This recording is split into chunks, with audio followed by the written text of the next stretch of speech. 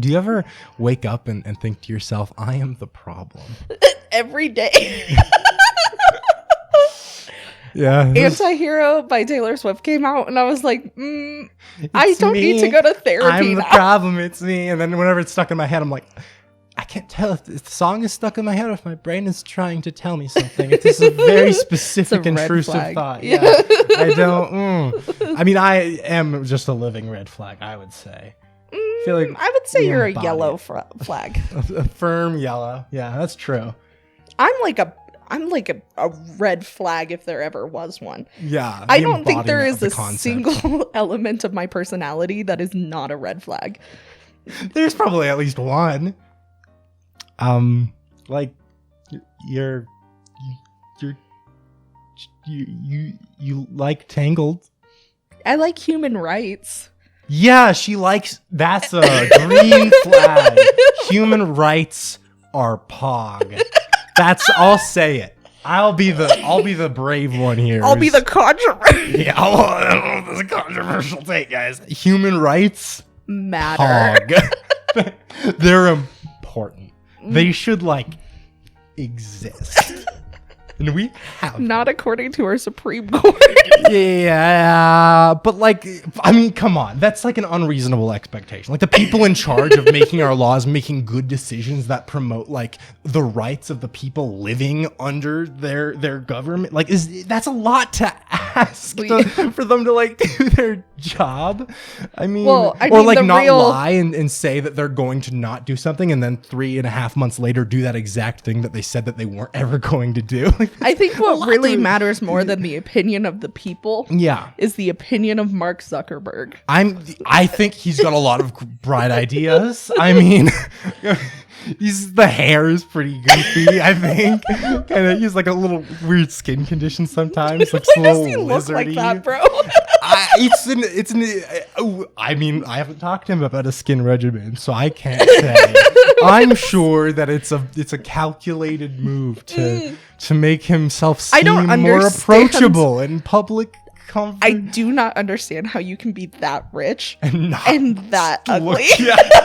That's how I feel about Elon Musk, honestly. Yeah. You've seen the shirtless Elon Musk pics. I'm how the fuck? Yeah. Everyone wants to talk shit about the Kardashians for a decent reason, I feel like. Yeah. But they're they at least know how to spend their money. Right. They're getting something out of it. They look like they have money. Yeah. They don't look like Elon Musk. How does homie have the chest that have you seen just shirtless Elon Musk?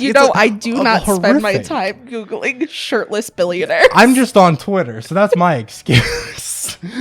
Twitter will do anything to just shit on Elon Musk. So Elon Musk I'm just forced into it. Post the thing. He's like, if you don't retweet this picture, your account is banned. You're muted. You're shadow banned. You lose your verification check mark if you don't retweet a picture of me. I'll still take that $7 a month though. Yeah. Did you see that he had told everyone that on April 1st, April 2nd, he was going to remove all of the old verification badges officially and just leave up the $7 a month? And what ended up happening was much worse. That instead of all the celebrities losing their check marks, now all the check marks, when you click on it, says that it might be because they're a legacy verified account or they paid $8 a month. So now all these celebrities are stuck with the much worse option of making it seem like they might have paid $8 for Twitter, which now they're like, no, please I don't want it anymore. Take it away. I would have much preferred you just take it away rather than make people think I might have paid for Twitter. Which I think is the funniest outcome to all of that in the end. Oh my god. Fucking Elon Musk. Twitter gets closer to just being removed off the App Store every day, I feel. Yeah. I don't think it's gonna last much longer, but you know what else hopefully won't last much longer? This cold open. I thought you were gonna say TikTok. And I was like, that's a touchy subject with me right now. Yeah, that's a can of worms that. Anyways, this cold open. We watching a movie. We have to roll an intro first. Oh fuck. Jesus. It's almost like we haven't recorded in over a month. Fuck me. It's come on, get your act together. Roll the intro, you.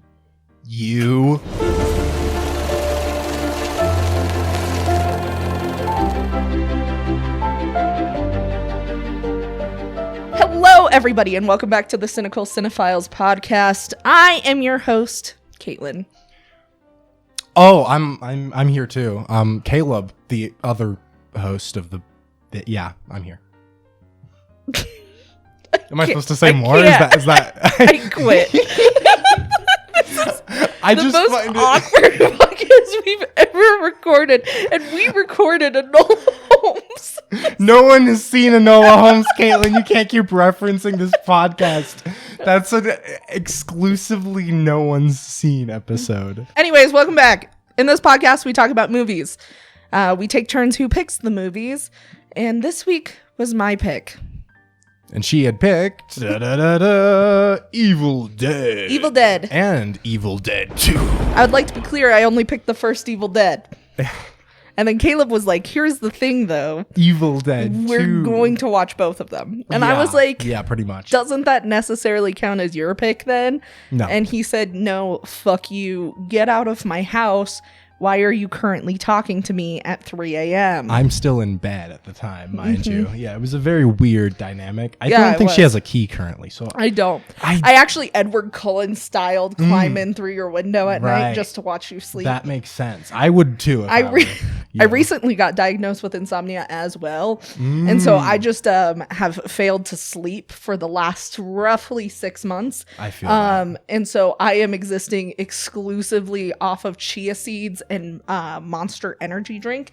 So I have nothing better to do with my time than just simply watch you doze. Yeah, I mean, that's a good way to... I mean, it would probably get very boring because watching me doze is like a 4-hour process, to be honest. That's okay. Yeah, I ain't gonna not yuck your yums. I mean, hey, you want to watch me sleep? I'll let you watch me Sometimes sleep I for just $5 on Patreon. Sometimes I just have thoughts, and I want you to know about them right then and there. Yeah. Because I'm not a very patient person. Mm-hmm. Or kind, or like virtuous, humble. Sorry, I could go on. So anyways... So then I like to have that outlet to be able... I'm just ignoring you. I'm sorry. To be able to wake you up and be like, Caleb, I have $1 million idea. Yeah. What if I am replaced in the podcast with my cat? That was an idea that was floated recently. It was. It was a good one. I was it was pretty good. Of it, the thing is that Sylvie only speaks in English to me when no one else is around. I mean, I communicate to her, but that's because I speak cat, so it wouldn't really work for the... I mean, we could subtitle it, but then it's like, what about audio listeners? Do we not care about them? Yeah, exactly. We're going to have someone dub over the podcast. And it couldn't be me because I'm already gone. Yeah, you would not be caught dead recording for like an hour. Never. For like reading a script. I mean, that does not sound. Yeah. No, I mean, that's fair though.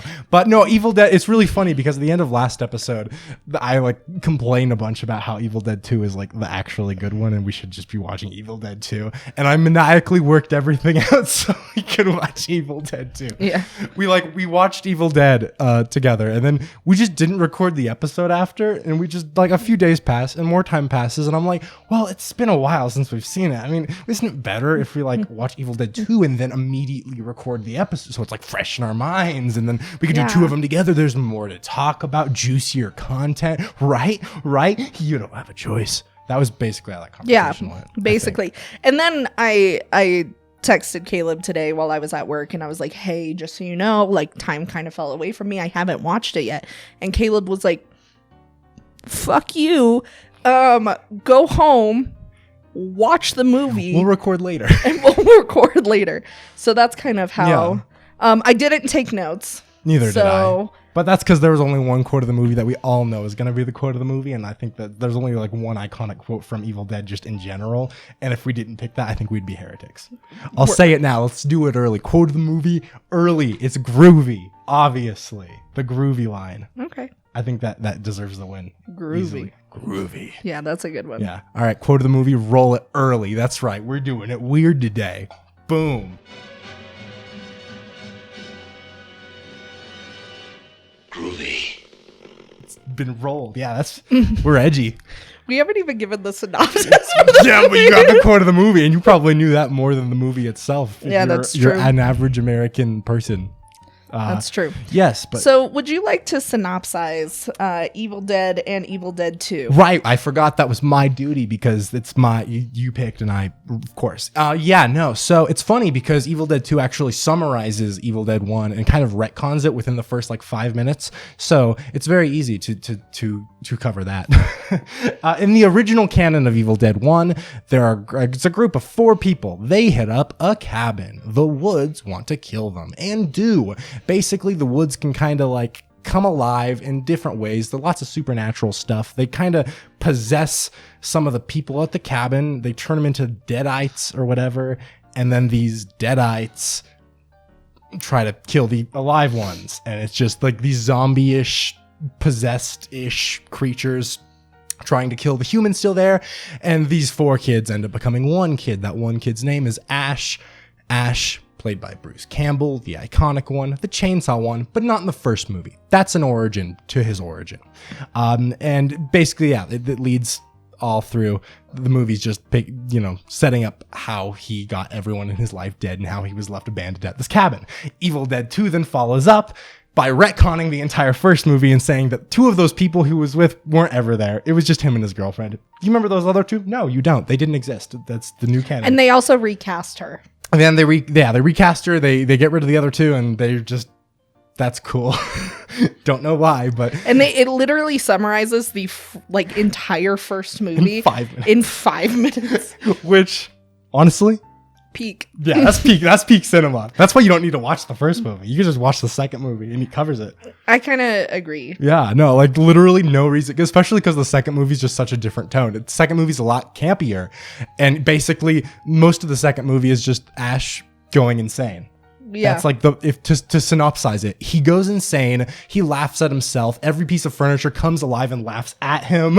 Yeah. The lamp is like laughing at him. Well, I think that the first Evil Dead movie is special in the fact that it is so campy and funny in a ironic sort of way. Like it is very much not trying to have that tone, but just based off of the budget of the movie, it kind of inevitably had that. And I feel like there's something really special about that, as opposed to having something that is intentionally supposed to be campy and funny. True. I think Evil Dead 2 is just Sam Raimi unleashed, where he just got to do whatever, and he was just like, what if he fucking went back in time and what if we just did random shit and everything came alive. Also, at one point for a sequence of the movie, Ash himself becomes possessed by the Evil Dead and becomes a deadite. So he had the balls to just make his protagonist the fucking creature for 20 minutes.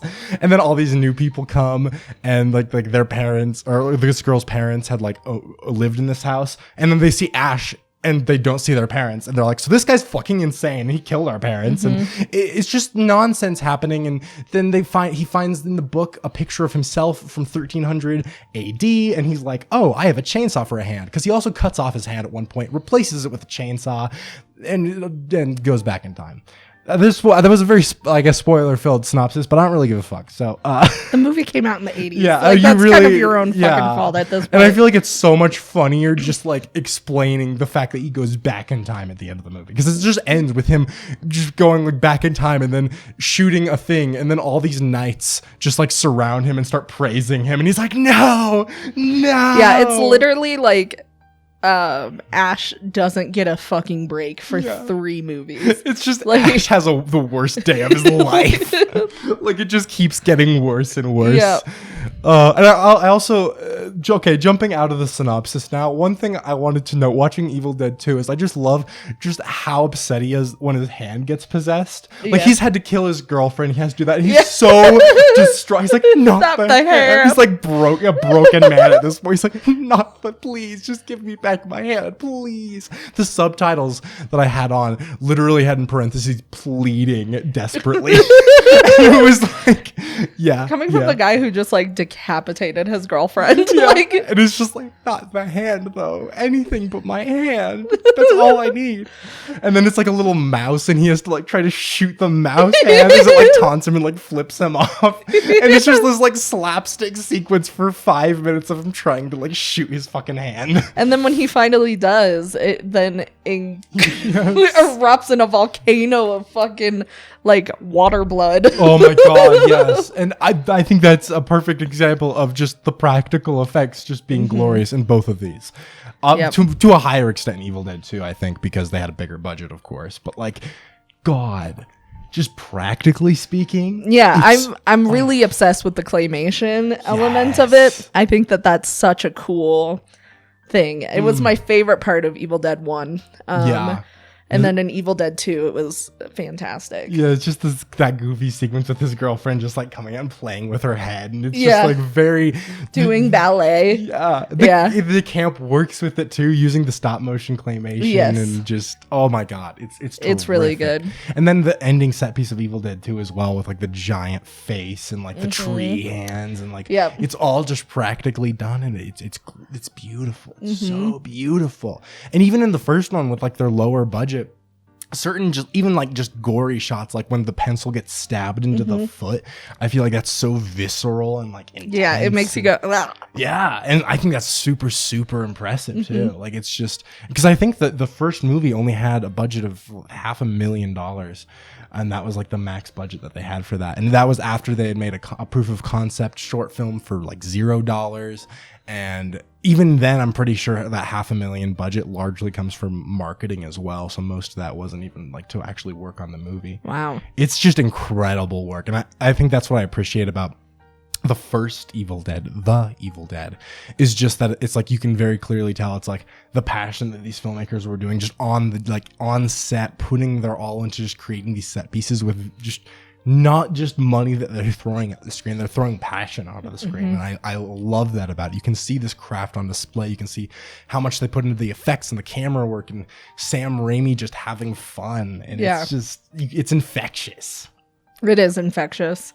It's I will say I didn't quite understand just like redoing the first movie, but like again, but then also calling it Evil Dead 2, like it's a little wacky. When nothing about it like progresses the storyline except for the very end where they send him back in time. They just like needed to have this like element of like explaining like the lore to give it an excuse to go back in time, which is hilarious. Oh yeah. It's just goofy time. I just wish it would have changed just a little bit. It's just that's why you just don't need the first movie. Because that's the first movie. We don't count the first movie. The thing is like, so when my like experience with like Ash and the Evil Dead franchise is my only like previous experience was Army of Darkness, which we're not even really talking about today. And that movie, I just remember just being solely engrossed in as like way too fucking young of an age.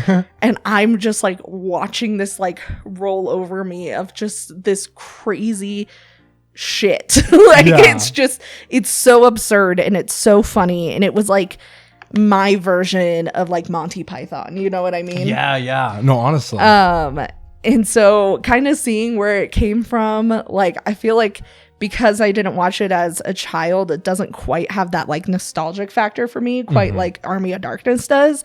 But also it does have that nostalgic quality just because of how much I love Bruce Campbell and like and it's all like of that and the franchise as a whole. Because it's like the origin story, basically, for Ash as like an iconic figure. And that's what Evil Dead 2 particular, like Evil Dead 1 is like the origin of just Ash and how I got kind of fucked up in the head. Yeah. And then Evil Dead 2 is like all of his iconic parts, like his hair streak gets there at the end. And then he loses his hand and gets the fucking chainsaw hand. And he gets his like fucking like gun on the back. And his like boomstick. His booms. He just gets all of it. Says his iconic catchphrase, groovy, you know? It's just like it all kind of comes together. Yes. And you get to see like the origin of the man himself, Ash. And it's the Evil Dead movies are basically just his origin story to then launch him into that fantasy epic of Army of Darkness, which is such a fun, and it's the franchise as a whole just takes such a funny turn from like the first just being a pretty straightforward like slasher-esque movie to then 2 being like kind of that, but more just camp goofiness and wacky things. And then he goes back in time. And 3, like Army of Darkness, is just like a fantasy movie, and it's just like doing its own weird fucking thing. And it's just like such a strange trilogy. Yes. It is by far the weirdest fucking trilogy you will find. Like, I don't think you can name anything that is quite as bizarre. And my favorite thing about, like, I think the most iconic part about Ash is, of course, the chainsaw hand. Like, who is Ash without the chainsaw hand? Yeah. And the chainsaw is introduced in Evil Dead, but he kind of just throws it away. Yeah, he does not give a fuck does about not it. give a fuck about the chainsaw. And then in the Evil Dead 2, he like intuitively knows where to find the chainsaw, which is super bizarre. Maybe in the retcon version of events, he just loves them. And so he's like, I need to find a chainsaw. So he finds the chainsaw, uses it for 2 seconds, and then is like, you know what I don't need anymore? The chainsaw. And then he cuts off his hand with an axe, not with a chainsaw. And then when the other female character gets introduced, and he's like, all right, I don't have a hand, I do have a gun, and we have a chainsaw. How the fuck are we gonna do this? Big brain. Comes together. Just call it a day. Like, no further questions at this time. And what I would also like to know is how these characters very intuitively not only knew to replace his hand with a chainsaw, but also how to do that in a short amount of time when they are currently being attacked by demonites. It just kind of works out that way. Down to the fucking like buckle thing on his shirt, so that way he can pull the cord himself. It's so good. He just figures it out so quickly, and just it's like, how does he figure out how to do that? How does he actually attach it? Yeah, don't think about it. Because it's just the rules of the Evil Dead movies are: does Sam Raimi want it, and does he think it'd be fucking badass? Yes. Okay. Cool. Then there you go. It's like, It's how does someone become possessed by the Evil Dead? What are the rules for becoming a Deadite? If Sam Raimi wants it to happen. If Sam Raimi thinks it'll be cool, it'll happen like that. Why does he forget about the chainsaw and then randomly is like, oh, I know, I'll fucking put a chainsaw on my hand? Because Sam Raimi thought it'd be a cool idea to just throw a chainsaw on his hand. That's just kind of how it is. I really do appreciate, though, that the Evil Dead 2 movie did not include a woman getting assaulted by a tree. Yeah, no, they like still had a tree attack a woman, but it wasn't like overtly, assaulty in the same way that the first one was, because that was for sure weird. That was very much not okay. That was an 80s choice.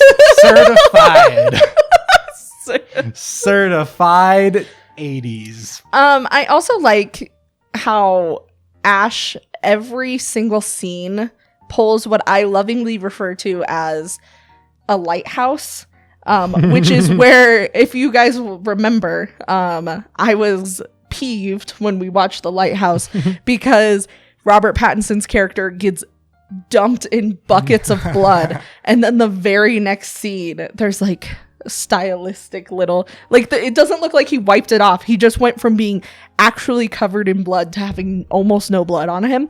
I like that Ash does that in every single fucking scene, where it's just actual gallons, like literally gets like drowned in blood repeatedly. Yeah, and then the next scene, it's like he has a cut right here and a little one across his lip, but like, that's it.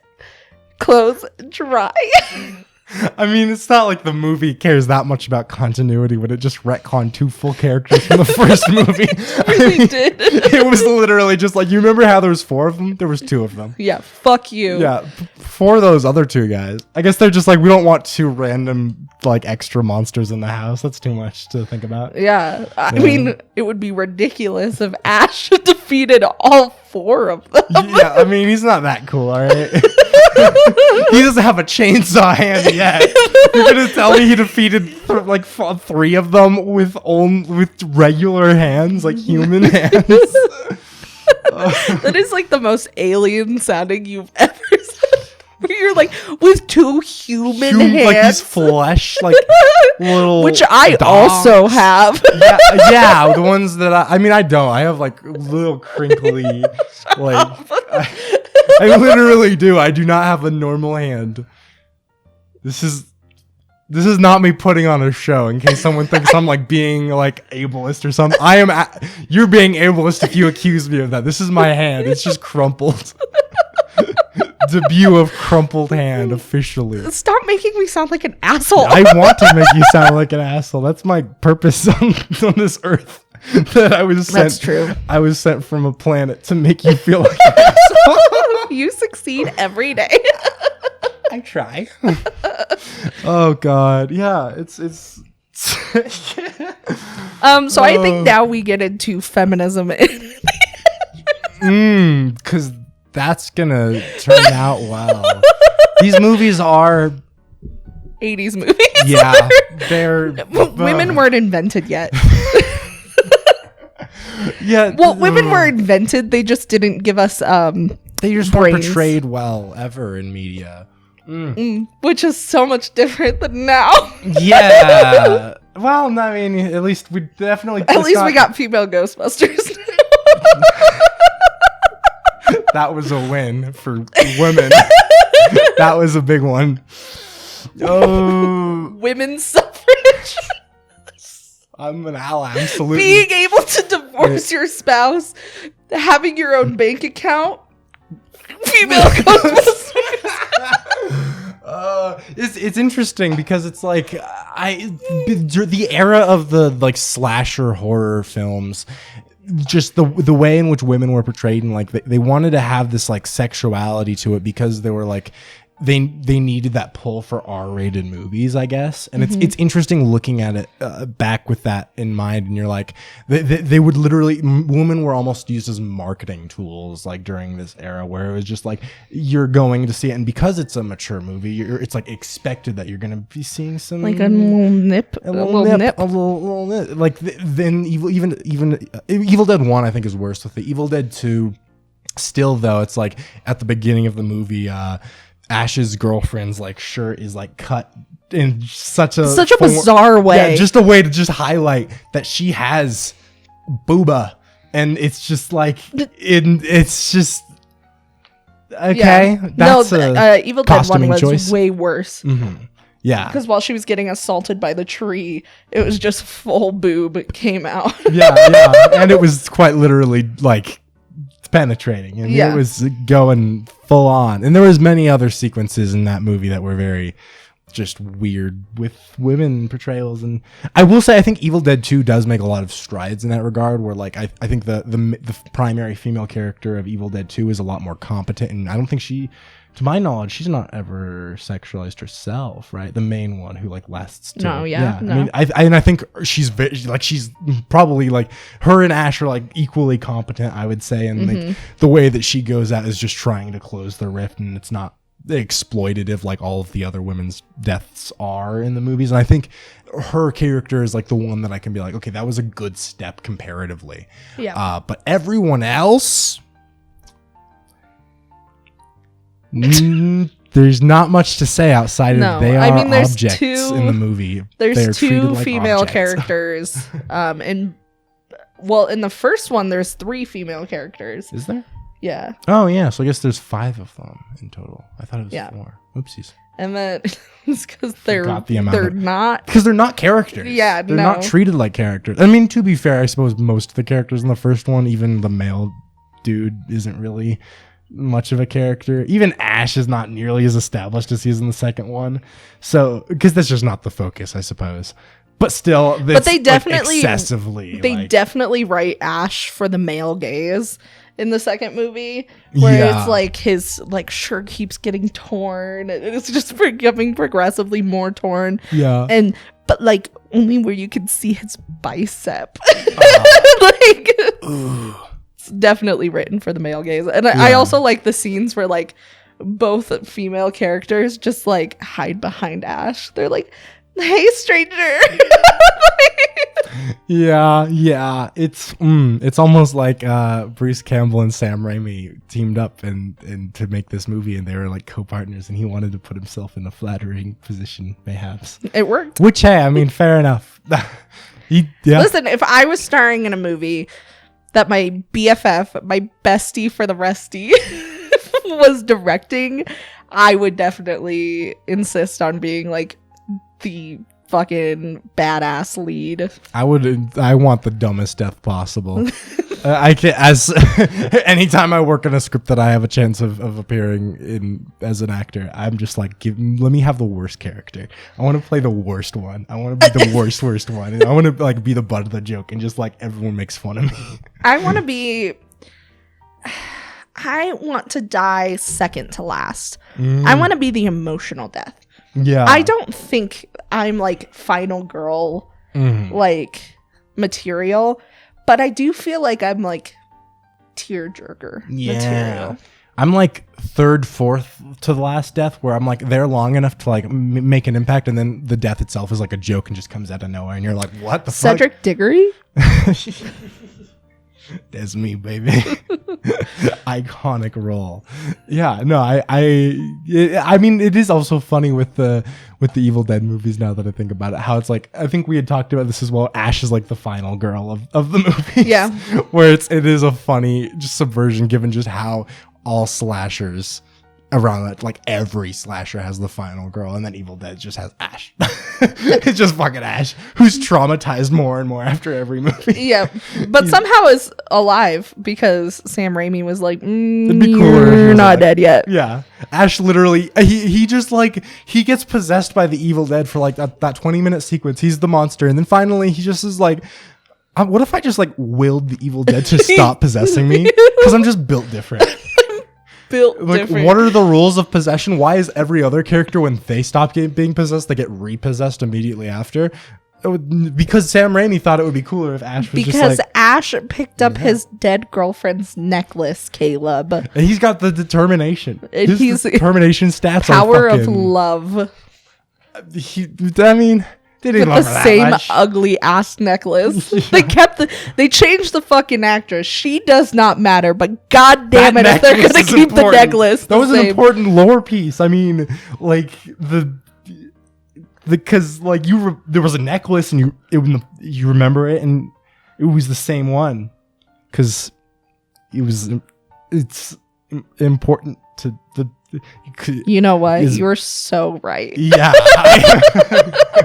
Thank you for validating. Of course. Yeah. I had one of those necklaces, very similar, not the same, very similar, back in the day, and it was a magnifying glass. It looked almost identical, but you would like, I got it at like, there was like a Sherlock Holmes exhibit that came to the museum. Yeah. I won't say which one. Anti-dox. Can't dox us if we don't dox ourselves first. Yeah. And then it came to like the museum, and so I bought it, and it's like a little magnifying glass, and you can like see. Oh my up. god, It's that's really adorable. cute. Honestly, Yeah. I love that. You'll have to show me it at some point later. Once You I guys find don't it. get to see. No pictures for you. Fuck you. I mean, you audio listeners already knew they weren't going to see a picture. They kind of signed up for that. But, Yeah. Video viewers also get jack shit because I don't love you. I'm actually. gonna wear it I don't to love the any of next you. podcast. Don't. It's a secret. It's private. It's a secret. I don't want them to see it. I told them that they weren't going to see it, and I don't want Yeah, them to but see I it actually now. care about them. But I don't. I know. But it's gonna make me look bad if they see it, and I told them they weren't gonna see it. This is the dumbest interaction we've ever had. don't Why know, are we've we had some baby dumb talking ones. to each other? Like, that's fucking cringe, bro. I need to be done. I'm talking to you like I talk to my fucking cat. The Vine boom's going up. And I'm gonna add those in editing. I've decided as of this moment, I'm actually gonna add Vine booms for every insult we leverage at each other. Plus L, plus ratio. Plus you're balding. Plus you're balding, you're malding, you're balding, balding, you're malding. Oh God. I fucked your mom. Plus I'm depressed. Anyway, Sam Raimi. Let me also just say this because I've not had a chance to say it. I just love his camera work in general and how bold he just shoots film. Just always, whether it's in this or in Spider-Man or even in fucking Doctor Strange, as studio run as that was, his camera work's still shown through even there. I just think he's so fun with camera movement. He does so many fun. He did a POV from a demon hand in this movie, which just was like from the perspective of the demon hand, just like going forward and just like goofy shit. And I love that. And I just wanted to say that because I love it. So I will say one of my favorite, like actually beautiful parts of the movie that I was like, okay, is the scene. So like in the first Evil Dead, you get the iconic mirror scene where he like reaches out to his reflection and it turns into like the pool of glass. It mimics it in the second one, but in a, I think, more interesting way, which is he's like looking into the mirror and he's looking at his reflection goes and like starts trying to choke him, and as it like the camera pans back out, you realize that the hands that were choking him are his own hands choking himself, and I think that is so cool. Oh my God, yeah. I also love that interaction too, because he's like, I'm okay, and then his reflection chokes him and is like, you just killed your fucking girlfriend. You are not okay. And that's exactly like the mental spiral that he's going down. But like I also just want to call to the fact that, like, as you said at the beginning of the podcast, like Evil Dead 2 is just the descent into his madness. But he also like can like turn off his psychosis when he like needs to get shit done. And I think a perfect example of that is like, so he just fought this whole demon. He just killed his girlfriend canonically like 4 hours ago, 12 hours ago, whatever. And then he gets sent back to medieval fucking times. And like this guy has no idea what's going on. His life is falling apart. But this fucking bat demon starts flying at him. And cool as a motherfucking cucumber, he stands up with his shotgun and just... What? I'd be crying. It's just, homie's had the worst day of his fucking life. Every time we watch something, and I think we've started to include you on this as well. Whenever we watch something sort of like horror movie-esque or like post-apocalyptic or something like that, I always like to pinpoint the exact moment in which I would kill myself. Yeah. And so I would like to say that in the first Evil Dead movie, the exact moment that I would kill myself is as soon as I saw a singular demon. That's it. Second one. Yeah. That's it. In Evil Dead 2, the exact moment in which I personally would kill myself is the second my boyfriend suggests going camping in a secluded cabin in the middle of the woods. That is fair. Just moment one. In a cabin he doesn't own. From the premise alone, you're already dead. You already killed yourself in this premise. Like, just it's not a cool. I just simply would not be a character. That's why I was recast in the second. You wouldn't do it. I wouldn't do it. I would go to the cabin the first time because I'm being pressured. By other people. Pressure, and like you want to please the people. Exactly. But if it's just about pleasing Toby and like making his life easier, fuck that. Fuck that. Like that's like a lot of work. I will stay at home. Yeah, no, that's 100%. Dead. Bro. Bring me the cat. I fucking hate this cat. I love her.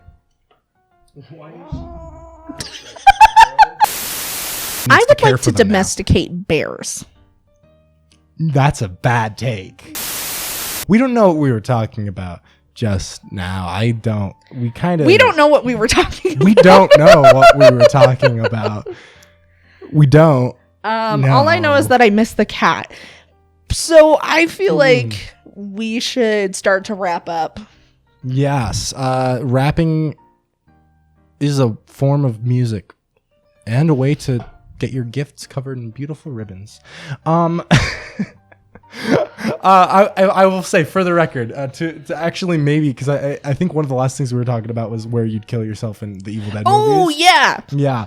And I would say for me, I think I could make it through the first Evil Dead movie without killing myself. What? I think I'd hate it, but I don't think I would kill myself. Evil Dead 2, no, I'd kill myself. I'd for sure. Like by about the point that my own body is like becoming possessed. If there's like the hand, anything, any sign of my body, yeah, no, I'm axing myself at that point. I'm like, I ain't gonna live through that because I will probably live through a fate much worse than death at that point. If I think I have a risk of like being overtaken, then I'm like, I would much rather be dead than that. But I feel like I could like maybe. That's why I want to be cremated. Yeah. Like kind of non-ironically, I want to be cremated so that way in case of a zombie apocalypse, I cannot be See, I'm of two minds because I've flip-flopped. I think my current I would like to be cremated and everything to minimize the impact of my death on like the environment, because I think graves just take up so much space, and I want to do my part in not causing that problem to be worsened. However, then there's the other part of my mind that's like, it'd be sick if like the dead came back to life and my brain got like re-kicked into action. Then I'd just be like, yo, what's up, guys? I'm a zombie now. My brain would still have all the memories and shit, rotten. I don't think it would.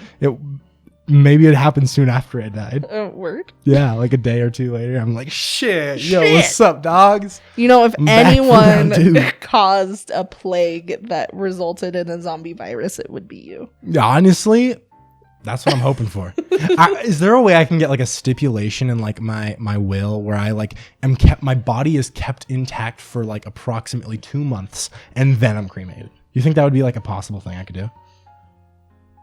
No. You don't think so? Laws behind body rights is very, very complicated. Damn, because I want to be cremated, but I also want to be like intact enough. I know that I'm gonna have an open casket funeral with my body like made to so everyone's forced to look at me.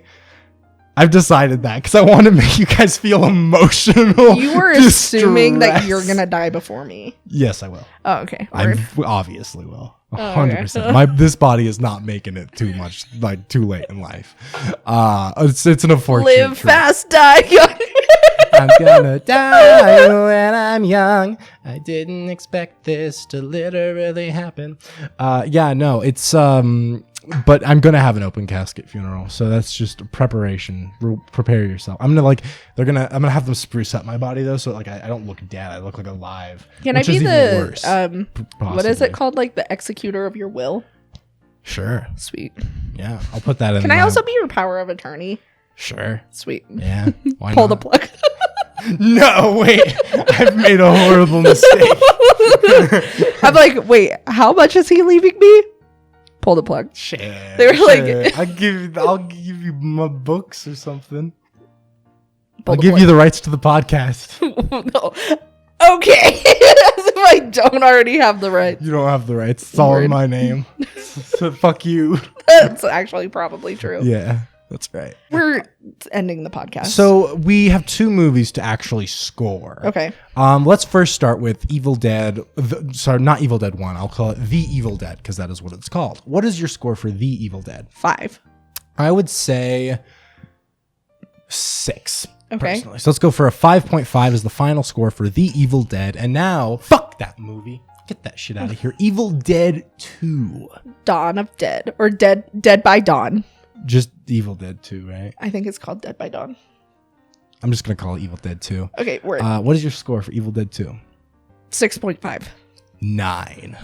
Really? Yes. Okay, all right. The camp is too It's fun too for me. good, It's my yeah. favorite shit. So 6, you said 6.5? Yeah. Okay, so it'll be 7, 8.5, 7.5, 8, 7.75 is the Cynical Cinephiles final score. Army of Darkness 11 out of I can't. It's been too long since I've seen Army because it was actually funny because a few months ago with one of my friends I had started to rewatch the Evil Dead movies and we got up to Evil Dead 2 and then we didn't continue. So it's been so fucking long since I've seen Army of Darkness. I need to watch it soon. This is the perfect opportunity now that I've seen Evil Dead 2 again. Yeah. I just need to jump off of it. But there's another segment that follows the final scores bit, and I think that's where I get to pick a movie. Yeah, because we already did quote of the movie. Yes. Play it again. Groovy. That is groovy indeed. Okay, what are we watching next week? yes. I actually have no idea what we're watching. Yeah, next well, it's funny because you were in the room when I decided what it was and talked with your boyfriend and everyone about it because you were asleep, and I thought it would be funny to just like talk openly Word. about what it was going to be because we all decided. And we're going to be watching Marcel the Shell with shoes on. Let's go! Let's fucking A24 back again. Marcel. Can I tell you a funny little tidbit? Yes. So, I recently just read a book. You can put up the cover of it here because it's called Remarkably Bright Creatures. And in it, it's dual plus like tri perspective. Like there's multiple different POVs. Yeah. And one of the talking heads in it is an octopus that's in a aquarium, and his name is Marcellus. Oh. And I swear to God, every single time I read his name in my head, I went, Marcellus the Shellis with shoes on. That's beautiful. Yeah. I love that. I'm so excited to watch Marcel the Shell with shoes on. I can already tell you it was snubbed at the Oscars.